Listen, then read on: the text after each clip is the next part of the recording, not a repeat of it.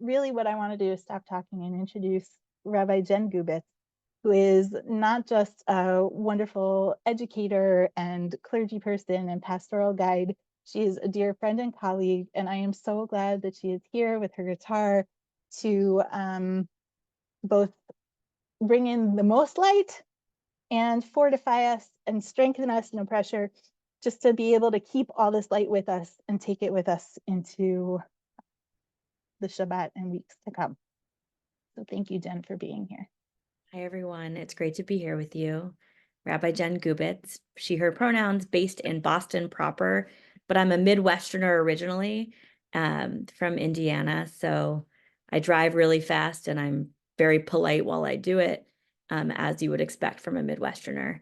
And I was thinking about how I wanted to spend this time tonight. You'll notice I already have my Hanukkah candles lit behind me because I made a strategic error about how long they would burn when I lit them earlier with my dog and my husband. So Ariella is going to do that. And I said, well, since I have lights behind me, I'll play guitar. And so what I want to do is sing a bit, knowing that we can't quite sing together in the way that we might want to if we were in person.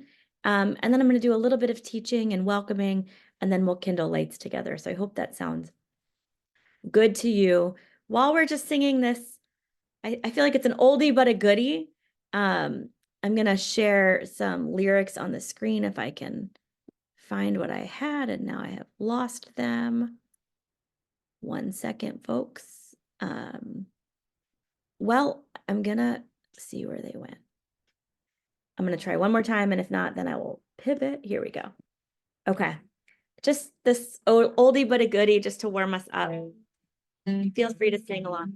Chanukah, Chanukah, come light the menorah. Let's have a party. We'll all dip the hora. Gather around the table. We'll give you a treat.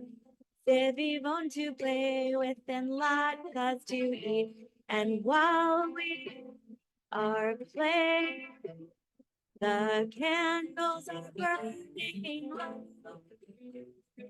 One for each night they shed a sweet light to remind us of days long ago. One for each night they shed a sweet light to remind us of days long ago. So I want to invite you just for a moment to think back these past 8 days. Where were you when Hanukkah started? Where was your heart? Where was your mind? Where was your soul? Did you have enough candles? Or were you just piecing together the ends of boxes from prior years? Did you have latkes from Trader Joe's, or did you make them? Or did you say, I'll have to get to that another moment? And then the next night was Shabbat Hanukkah. Where were you on Shabbat Hanukkah? Where were you on Saturday? I know many of you were here, which is beautiful. But where were you in your heart and soul as the light increased? And then Sunday, Monday, Tuesday, we welcome a new moon for Tevet. Chag Habanot, Festival of the Daughters, celebrating the heroism of women in ancient days. Warrior mode, that's right. And where were you last night? And where are you in your heart and your soul tonight? Wherever you are, I'm glad you're here. I've been thinking about this teaching the whole month of Hillel and Shammai and how they light Hanukkah candles. Give me a thumbs up if you've heard the debate of Hillel and Shammai and how they light Hanukkah candles. And maybe, okay. So some of us do, some of us don't. That's okay. The secret is that because we know that Jewish life on college campuses is called Hillel, we know maybe who wins the priority debate, that leads the debate usually. But just briefly, Hillel and Shammai had different approaches to how to light the Hanukkah candles. Shammai believed that you should start with 8 nights and then 8 lights, and then each night take away a candle. 8, 7, 6, 5, 4, 3, 2, 1. So that on the last night, there would just be 1 flame left. Hillel, we know, because that's how we light, suggested otherwise. 1, 2, 3, 4, 5, 6, 7, 8. And why, first of all, they're a great example of how to debate and how to be in conversation. Perhaps they were frenemies. Perhaps they debated for a long time. It's unclear. I like to think that they were frenemies who just sharpened each other. And we know that their argument was known as an argument for the sake of heaven. And that's because of how they did it. And also because Hillel, whenever he would present his opinion, would always present the opinion of Shammai first, even if it wasn't going to take precedent. So we know that they're an argument for the sake of heaven, and we know that Hillel wins because in a moment we're going to light the candle the way that Hillel, the tradition of Hillel, has passed down to us. But I kept thinking about Shammai, maybe because I'm a middle child and I always was like, but wait, there could be another way, or maybe because I like to think differently than other people. And then, of course, in the last, we're 2 months in to this personal, collective, global trauma of horror in Israel and loss of innocent life in Gaza and around the world. And I was like, what about Shammai? What if Shammai was right? Maybe there's some wisdom there that's worth considering. And yesterday it came to me, and this is what came to me. This short poem, kavanah, intention about Hanukkah. What if Shammai was right? What if each night we go to light and there is more darkness in our hearts than the night before? What if we are not like Hillel, cannot see the light increase, cannot strike the match, or have run out of wax and wick? What if the wickedness of the world or the pain in our soul casts dark shadows on the glimmering lights? What if the miracle is the single flickering flame on the last night while the whole world tries to snuff you out? So however you light the Hanukkah candles, some people choose to keep a Chanukiah for Shammai and say we need to honor that perspective too. And in fact, it actually might reflect our inner life, our souls, our hearts, our minds. However you light the Hanukkah candles. And even if you disagree with that, welcome. Still, you're glad you're still here. We hold the fact that even in the light, we feel grief. We hold the fact that even in the abundance of light at this dark time of year, there's still grief. And we're also reminded that we're allowed to celebrate and enjoy the glimmers of light, even when there's grief, even when there's sorrow. And so as we light these candles, Joe Louise, I can see you already have great lights there. If anyone else is gonna light, okay, Amanda, you have your candles. Sonia, I think I see candles there. If you have your Chanukiah, I want to invite you to bring it to the front of your screen if that's possible, so that we can really kindle the light together. We'll sing these blessings together, and we bless for the mitzvah, for the opportunity, for the obligation to light. And we also bless for the miracle, not only of the oil lasting 8 days, not only of the capacity to be in our warm homes and hopefully surrounded by loving faces tonight, but also for the miracle that there is light, even if it's a flicker when we feel sorrow. So Ariella is gonna lead us. There you go. I see your candle as we light together. Baruch atah Adonai Eloheinu melech haolam asher kitshanu b'mitzvotav v'tzivanu lehadlik ner shechanu. And here we call God a little bit differently in our home.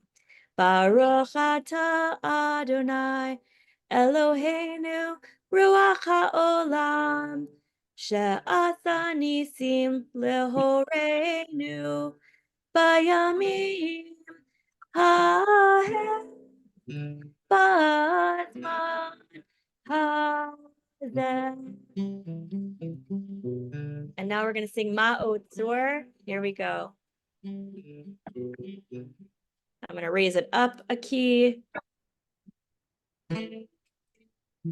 Ma'otzor Yeshuati Lechana elishabeya, tikon betefilati, b'sham toda nizabeya, leitachin matbeya, mitzor hamnabeya, azegmor beshir mizmor, Chanukah tamizbeya.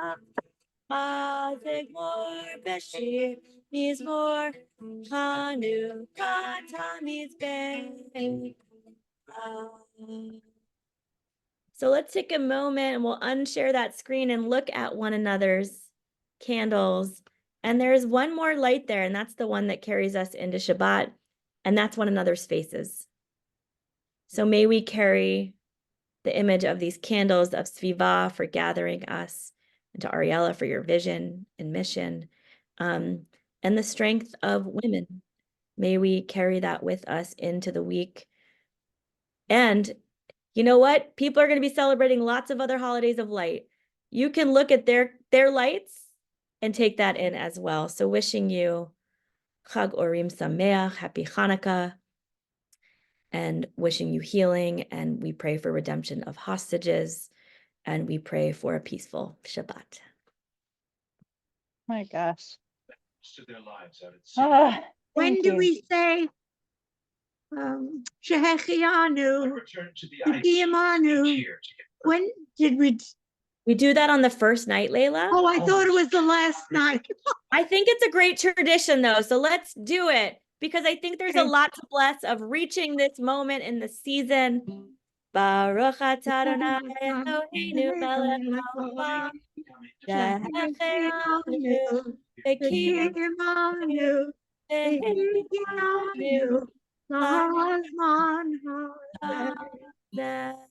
we are alive. We have arrived, and we have made it to this 8th night of Hanukkah. Happy Hanukkah. Thank you.